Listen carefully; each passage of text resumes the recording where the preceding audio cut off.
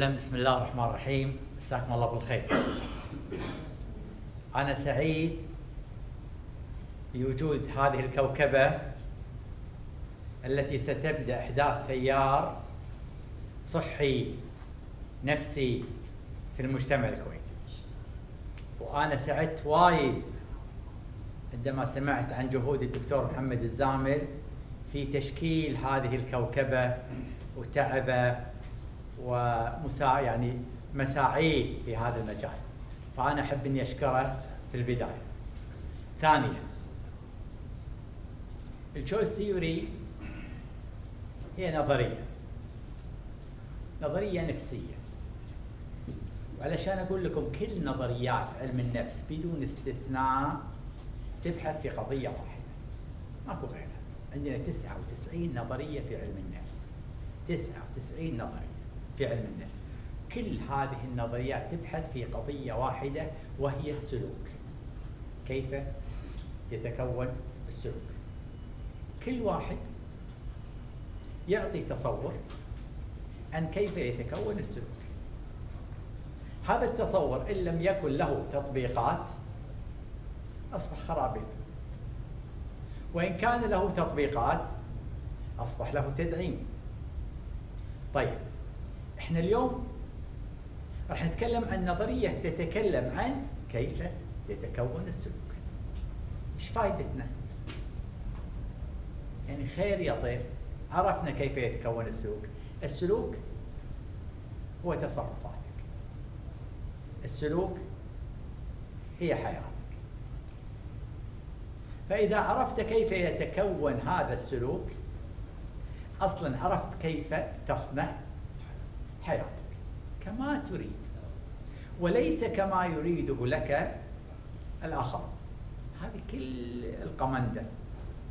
يعني السر في أنك تفهم سر تكوين السلوك. لا، مو بس تفهم تكوينه، تعرفه من الداخل، وتعرف شلون تصلحه، وتعرف كذلك كيف تفك البرمجة اللي تبرمجت عليها منذ الصغر. خلاص؟ هذه كل العملية. طبعا إذا وصلت مرحلة إنك تفهم ذاتك وتتحكم سلوكياتك، أنت ستكون قوي جدا. يا جبل ما يهزك فيه أي عواصف خارجية، أصلا لا تعني لك شيء، لأن هذا الإنسان شيء مرعب قوي جدا. قوته داخلية، ضعفه داخلي، هزيمته داخلية، شجاعته داخلية. ماكو شيء خارجي، ماكو شيء خارجي. واضحة؟ طيب، قبل لا أبدأ أنا ودي أسأل سؤال. كل واحد يعرف نفسه، يقول هو ايش يبي وليش جاي؟ يعني لماذا أتيت لهذه الدورة؟ أدري حق الشهادة الأدفانس هذه خلوها على جانب، يعني هذه قضية ثانية. بس شنو تبي؟ علشان نحقق لك شنو تبي. نبدأ يلا بحصة. حصة البنوان. وسبب دخول من أول مرة من البيسك، أول شيء كانت عصبيتي وسلوكياتي. يعني ردة فعلي دائما تكون يعني دائما حاسب نفسي بسبب سلوكي اللي صرفته بنفس الموقف. يعني يا ريتني ما سويت، يا ريتني ما سويت. فكان هذا الهدف الأول. الهدف الثاني، أنا حابة إن أنا أثر في الناس، وأهم شيء عندي التأثير في الجيل الجديد، بما إني أنا يعني أشتغل بمدرسة. فهذا الهدف الثاني. حلو. ايش تبين الليلة؟ يعني هذا المساء ايش تبين من هذا اللقاء؟ ايش تبين؟ يعني شنو تتمنين تاخذين؟ ما فكرت فيها. خلي يجاوبون بعدين أخش خلاص معهم. يلا يا أمل. أنا العوضي. أنا كنت ماخذة البيسك. خذيتها أول مرة لأن كنت أبي أدخل مقابلة الماجستير، وكنت أبي أكون ملمة شوي ببعض الأمور عشان لما يسألوني أعرف أجاوب. طبعا المقابلة ما سألوني أبدا عن نظرية الاختيار، وسألوني كل عن نظريات سلوكية. الحمد لله قبلت. بس وايد فادتني كونت فكره ان كل دكتور صار عندنا امل مرتبطه بجلسر. على طول دكتور ابراهيم الخليفي قال لي يعني انت طالب اقول شفتوا امل؟ هذه لما عرفت جلسر شوفوا شلون صارت قويه، شوفوا قاعد تشعمني، انا قاعد اتكلم قاعده تشعمني مع احترامي للدكتور يعني. فحابه ان انا اصير ملمه بالنظريه اكثر. ابي يعني ابي البنات حتى بالماجستير ان ابي انقل لهم هذه النظريه بشكل صحيح. انا بس قدمت شيء بسيط برزنتيشن عن النظريه، كلهم تشكروا مني وقالت لي وحده انه ما شاء الله انت دخلتي النظريه بالضبط بعقولنا، اكثر نظريه استوعبناها سهله، عرفنا شنو مسلماتها شنو مكوناتها. فحابه اني ازيد من هذا العلم عشان لما اتكلم فيه اكون يعني قاعده اتكلم وانا عندي اصلا معلومات كافيه ووافيه عنها. وداد الخراز رئيس قسم التفتيش القضائي بوزارة العدل. الصراحة البرنامج كله يعني الموضوع نفسه شدني وعاجبني، وحابة اني انا اكون هوية نجاح لنفسي وللآخرين اللي حولي. يعني هذا عندي اهم شيء، واني انا افهم نظرية الاختيار ومكوناتها وكيفية ان شلون احقق الصور الذهنية وشلون اتلاعب فيها لنفسي وللآخرين. يلا دكتور سيد. جميل تعبيرك يا ولاد. شكرا. هوية نجاح. السيد تفضل. أنا طبعا مجال الشؤون النفسية. يعني طبعا بحكم معرفتنا بنظرية الاختيار بالعالم في الواقع محتاج أفهمها أكثر، وأنا مؤمن لازم أي شيء يكون واحد معرفة يكون فيها تخصص أعمق. كنت محتاج إن أنا أفهم أكثر، أتمكن أكثر من أدواتها، وأنا شخصيا من الناس اللي يعني لما قرأت كتاب حضرتك من حوالي 6 سنوات أو 7 سنوات في النظرية بشكل ما حسيت إن الشيء جيد جدا، بس أنا حسيت إن أنا محتاج أتمكن فيها أكثر، فجاي من أجل فهم التمكن. جدا. يلا دكتور مالك ناصر، استشاري طبعا نفسي في مركز الراشد. اشتغلت شوي مع الدكتور ماهر عمر ما شاء الله. كان بيهديني كتابين.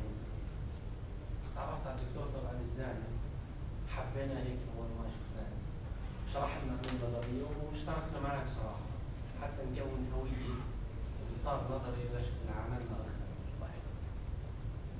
يلا ونتمنى ان شاء الله طبعا انت دكتور انا بتابعك كمان، حبينا برضه نستفيد من ان شاء الله. ان شاء الله. الله عادي. اخوكم هذا المديرين. يعني للامانه بعد ما اخذتها اول مره صار عندي شيء جديد. طلع عندي ودي احمي ذاتي من الانفعالات وشغال عليه للامانه. هذا هو الهدف والجوهر عندي. مو اني انا اصلح احد، مو اني انا انصح احد، مو اني انا اصلح نفسي واكون هويه نجاح مثل ما قالت الاخت بالحب والاهميه، غيرها ما عندي شيء. الله يرضى عليك. عاد ايش تبي الليله؟ الليله اي ابي اضافه جديده على اللي اخذتها على المستوى الاول. ان شاء الله. ان شاء الله. الله يسهل. هذا الجمال. صورة بداية قلت كلام لا يمكن أن تصلح الآخرين ما لم تصلح نفسك. أنا هدفي من دخولي في البرنامج هو تقوية الجبهة الداخلية، إضافة إلى الجبهة الخارجية، حتى أني أنا أقدر أركب الآخرين. لازم في البداية أقوم من نفسي، هذا هو المستوى الأول. المستوى الثاني هو الخطوة الثانية. يلا يا ساره. أول شيء السلام عليكم جميعا. سارة السبيعي، موجهة فنية لغة إنجليزية، وهدفي الأساسي أولاً لأني ما هي أنانية، أحب ذاتي وأقدر ذاتي وأبي أحمي نفسي مثل ما قالوا الأخوان الأخوات من أي انفعالات ممكن تأثر علي سواء كان سلوكياً أو عضوياً. جدا. ايش تبين الليله؟ شلون؟ الليله ايش تبي من هاللقاء؟ أبي أراجع معلوماتي اللي كانت في المستوى الأول، وحاليا قاعدة أجمع بعد في الموضوع وأقرأ في الموضوع، وحابة إني أسس نفسي صح في الموضوع. حلو. إذا نبدأ. نظرية الاختيار. ويليام جلاسر تدرون عنه، موجود عندكم شو اسمه، وتكلمتوا عنه من قبل. أنا باختصار أنا اسمي الدكتور بشير صالح الرشيدي. أنا خريج كيمياء وجيولوجيا، تخصصت في علم النفس، خلصت ماجستير ودكتوراه في علم النفس. اشتغلت في جامعة الكويت مدة طويلة، أصبحت رئيس قسم علم النفس تربوي في جامعة الكويت. بعدين لقيت هذه ما تصلح لي. ليش؟ فقدناك دكتور. والله لا كذا ما تفقد يا عزيز. قلت هذه ما تصلح لي، فحقيقة كنت أبي الفلوس. وجامعة الكويت ما تعطي فلوس يعني. زين يعني ما رغبات غير، اختلفت الرغبات فاختلف السوق. فطلعت إلى السوق وبعدين رحت عملت دكتوراه في المانجمنت في الإدارة، أخذت دكتوراه في الإدارة وأصبحت رئيس مجلس إدارة ورئيس مجلس إدارة وإلى آخره. والآن عدنا إلى شو اسمه إلى مجال علم النفس. أنا عندي 40 كتاب، 40 كتاب في هذا المجال، وكلها في مجال تقريبا الاختيار، يعني تقريبا تدور في مجال الاختيار. وآخر كتبي في كتابين، واحد اسمه حياتك نتاج أفكارك، والثاني اسمه لكل سؤال أجوبة، مو جواب، أجوبة. ومعرض الكتاب موجود، وإنجاز موجودة في معرض كتاب إنجاز، وعندي كتب في هذا المجال.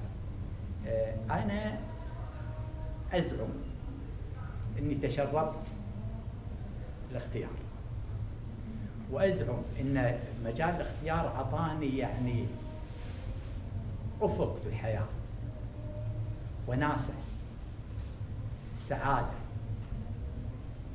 يعني حياة. أصبحت في مجال الاختيار أصنع اللحظة، يعني اللحظة أصنعها، لأن الحياة هي صناعة، والوناسة صناعة، والسعادة صناعة. فالقضية عندي صناعة داخلية. لذلك توقعك واقعك، ما تصنعه في عقلك سينعكس في حياتك. مو بس هذا، أنا وصلت إلى مرحلة ما في واقع خارجي، في عالم خارجي، لكن ما عندنا واقع خارجي. واقعك هو عبارة عن مجموع الصور الذهنية التي تجمعها في عقلك. فإن جمعت صور ذهنية قرادة شقاء، أصبح واقعك قرادة وشقاء. وإذا جمعت صور ذهنية داخل عقلك بأنها سعادة وريادة وقيادة، أصبح الواقع الخارجي يتشكل حسب صورك الذهنية. وأظني وصلت هالمرحلة، ألعب في الصور الذهنية كما أشاء. أحيانا أتعب، يعني عادة ريما لعادتها القديمة، بس ما أطول، يعني أزعل وأتنرفز بس ما أطول، يعني ما تأخذ مني وقت، يعني أرجع يعني أعدل السلوك غير فعال، أعدل تونه ويرجع فعال.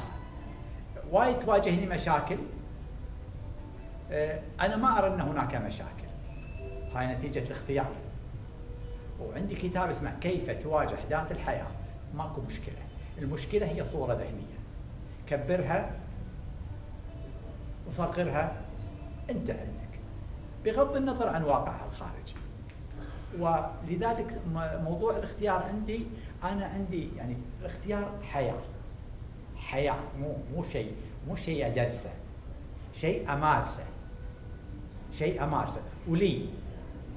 ومو بس هذا، أنا بديت أعلم أولادي هالقضية هذه وأمارس وياه، لذلك تمردوا، لم يعودوا يسمعوا كلامي. صح، هذا خبز خبزتيه يرف لك، يعني هذا نتيجة. نعم، كل شيء اختيار. نعم، حياك الله.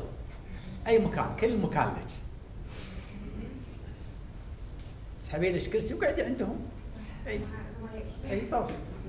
مساء الخير، حياك الله. فلذلك أنا كتبت أيضا كتاب في الاختيار في التربية.